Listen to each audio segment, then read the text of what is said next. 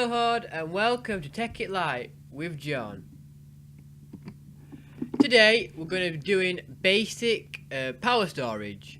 Last episode we did normal storage, so storing and sorting ores that we're mining up and ores that we're producing and ores that we're smelting into ingots. Today, obviously all this eventually needs to be powered with electricity. So today we are going to be making an energy tower. What I mean by energy tower is a central point at which all power from like wind turbines and solar panels can be pumped up, as well as can be pumped out of. Having a central point, like a central power tower, means that power can easily be distributed to all your factories, and bigger machines such as nuclear power can easily be sent to one place and used properly and not wasted. So without rambling on a bit more about power, I'm going to show you what I'm going to be making. Okay, the first thing I'm going to make is the BatBox. BatBox is really simple, but it is what I find a very valuable piece of energy storage.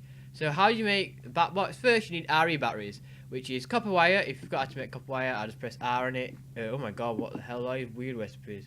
Basically just rubber at the top, rubber at the bottom, and copper ingots in the middle. Then tin to bottom, to left and right, and redstone in the center, bottom and middle. So I'll show you how to make it.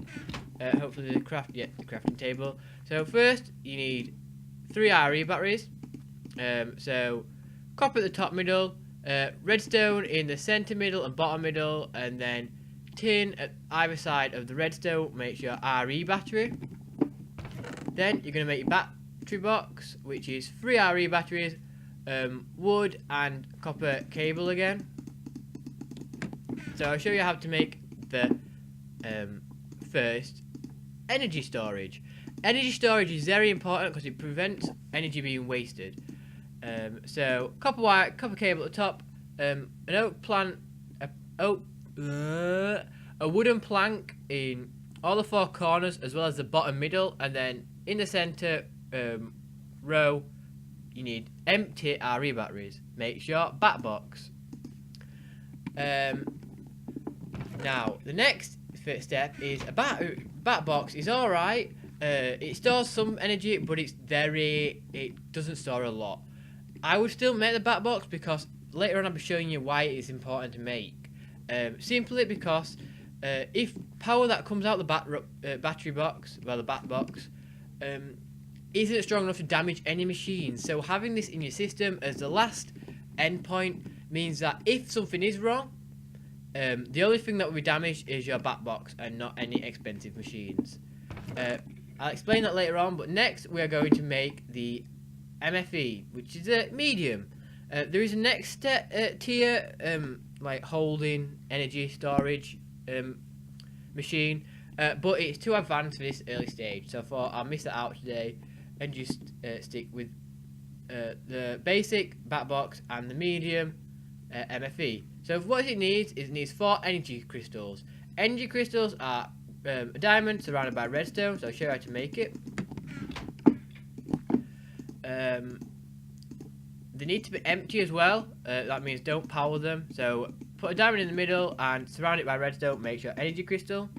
Then to make the MFE, you need 4 energy crystals, a machine block, which is just refined iron, which is just iron smelted again in a furnace. And you also need gold cable insulated 2, which is basically you insulate gold cable. You insulate gold cable by putting a piece of gold in the center of a crafting table, and either side of it put rubber, and then all you have to do is then in a crafting recipe put another piece of rubber next to it.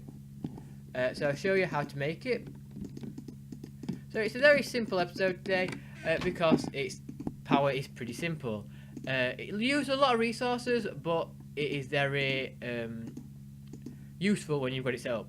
So put your machine block in the middle, which is made from refined iron, like square. Then put the ×2 insulated gold cable in all the corners, and then either side of the machine block, put your energy crystals that are empty. Make sure MFE.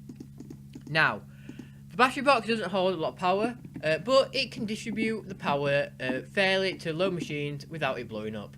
The MFE, on the other hand, can't. So you need to make a transistor, transformer transistor, which is simply oak, copper, and copper cable. So I'll show you how to make the first low-level transformer. So, the MFE is a medium storage. It stores more power, which means it outputs more power. So the transformer allows it to not blow up machines, basically. So put wooden planks in all the four corners. Put copper across the middle, and then to the top and bottom put copper cable. Make sure low voltage transformer. So this is important. Lots of people don't find it important because they'll just basically stick solar panels on the top and pipe it into machines. The reason why this is important is that it prevents energy being lost, like I said earlier, as well as it makes it easier to wire up stuff. So let's say I made another factory over there. Instead of wiring, getting all these wires mixed up across all these factories, it's one central point, which makes it a lot easier. So what have I done? Well, basically all I've made is a tower out of iron scaffolding. Since it's easy to climb, so easy to get around. So how it works. Hello Horde, and welcome back.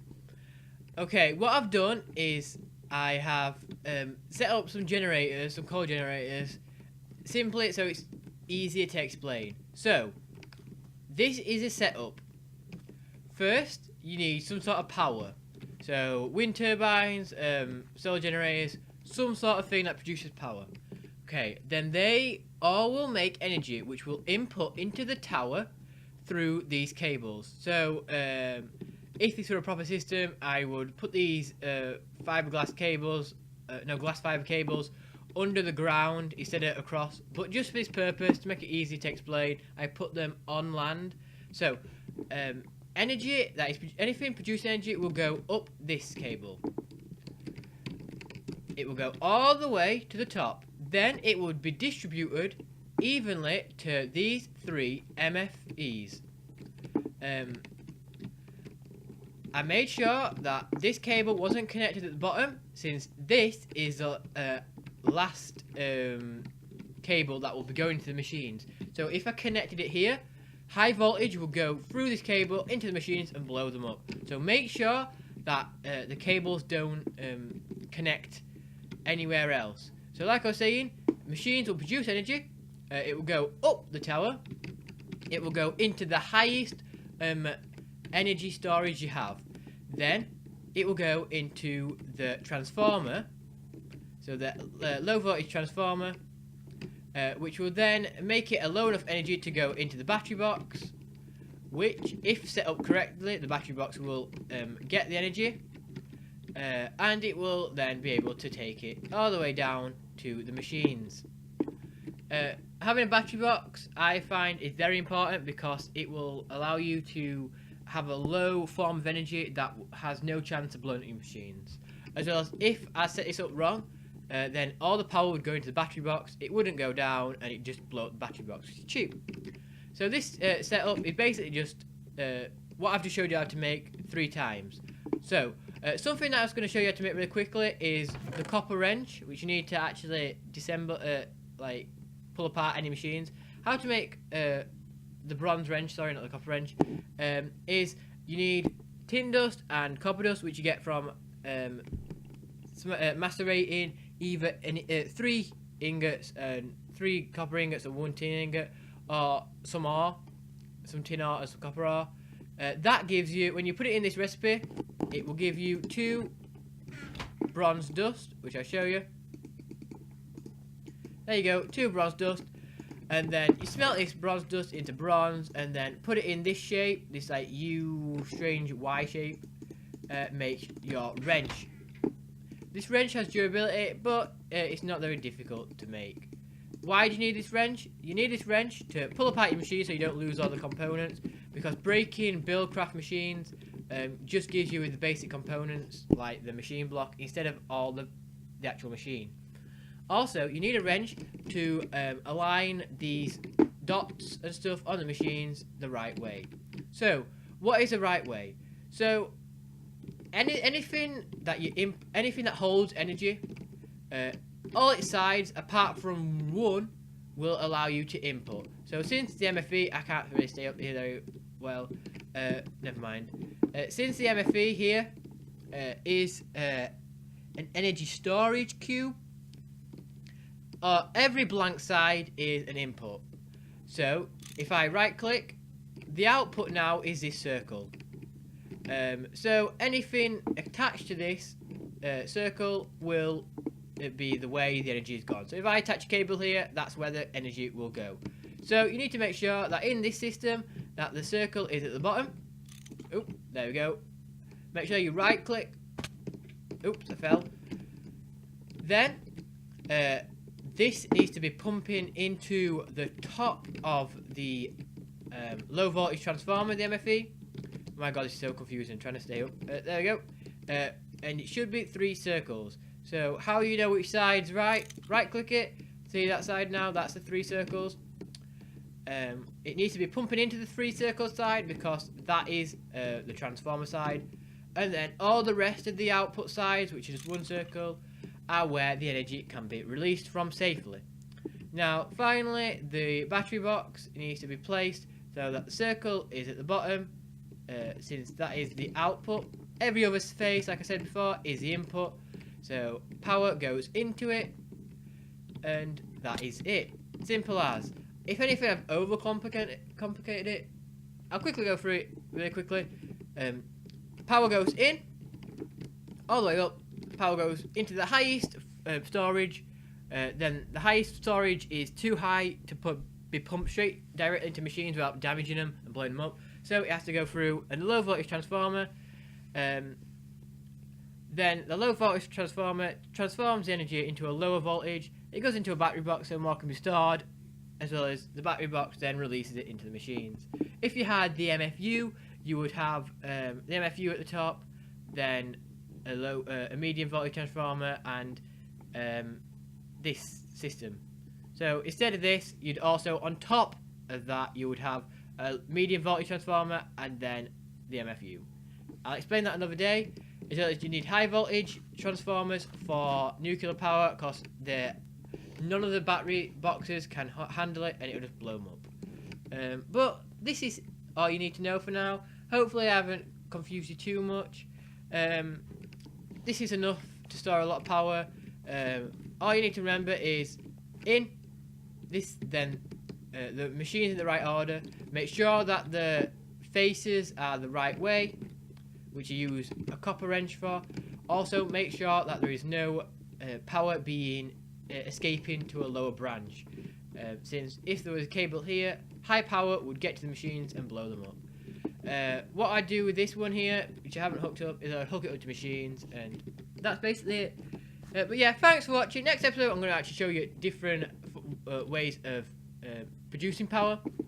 For now, I'm not going to upgrade this system until I actually make the nuclear power center over there. But yeah, this is fine for now. Thanks for watching. Hopefully this has been helpful. But yeah, hit like and favourite if you're enjoying Tekkit Lite. Hit subscribe when I see more content from me. I do a lot of different mod packs, as well as I do a few other games such as Elder Scrolls and other crap like that.